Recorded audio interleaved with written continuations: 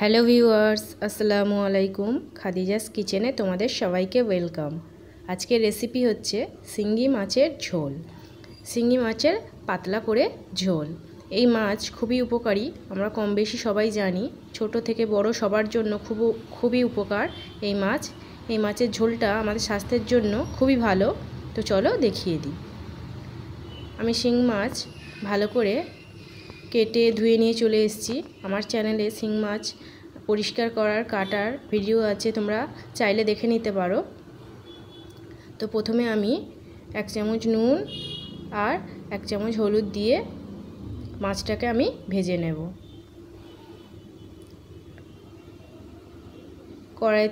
কড়াইতে আমি সর্ষের তেল দেব।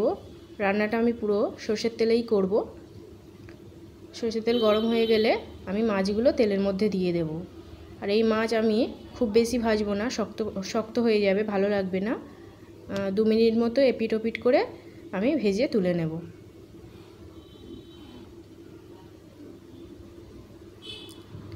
একদম হালকা গায়ে একটু দাগ হলে আমি মাছগুলোকে তুলে নেব।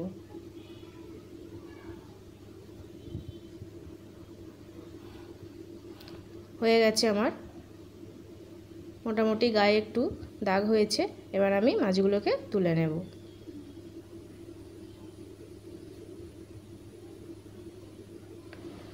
কড়াইয়ে আরও কিছুটা সর্ষের তেল দিয়ে আমি দিয়ে দিলাম 2টো পেঁয়াজ।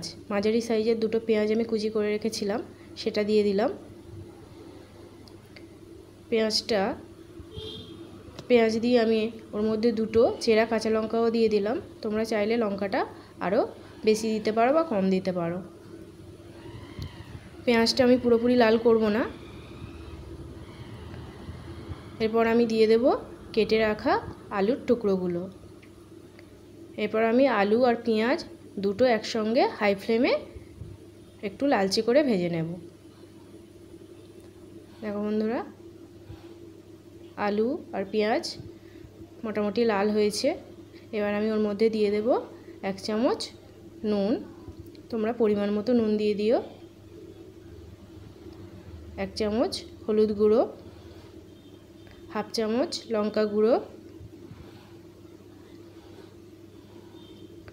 আর দেব আমি জিরে বাটা। এই তরকারিতে শিলনোড়াতে জিরে বেটে রান্না করলে রান্নার টেস্ট আরও দ্বিগুণ হয় আর খুবই টেস্টি হয়। তো আমি দিয়ে দিলাম 1.5 চামচের মতো জিরে বাটা, আর দিয়ে দেব 1 চামচ আদা রসুনের পেস্ট। দিয়ে আমি ভালো করে কষিয়ে নেব মশলাগুলোকে।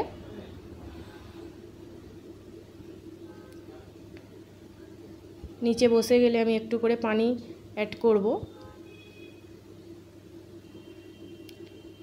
আরও কিছুক্ষণ কষিয়ে নেব। তারপরে মশলা থেকে একটা সুন্দর গন্ধ আসলে আমি ওর মধ্যে পানি দিয়ে দেব।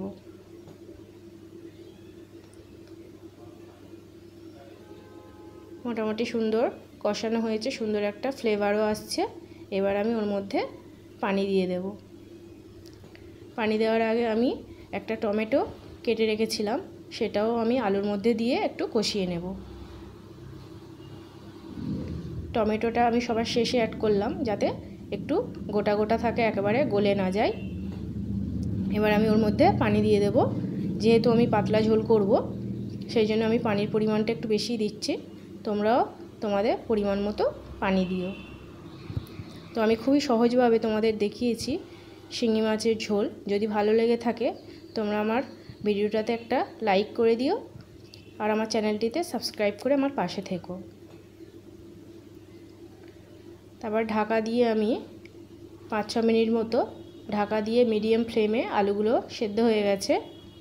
এবার আমি ভেজে রাখা মাছগুলো দিয়ে দিলাম।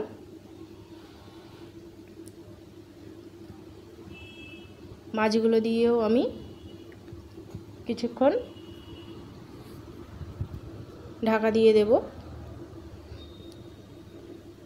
মিডিয়াম ফ্লেমে। আরও 2-3 মিনিট মতো আমি ফুটিয়ে নেব ঝোলটা। দেখো বন্ধুরা, আমি ঠিক এই পরিমাণেই ঝোলটা রাখবো। যেহেতু ঝোলটা আমাদের স্বাস্থ্যের জন্য খুবই ভালো, তাই আমি একটু বেশি পরিমাণে ঝোলটা রাখবো। এবং শেষে একটু আমি নুনটা চেক করে নেব।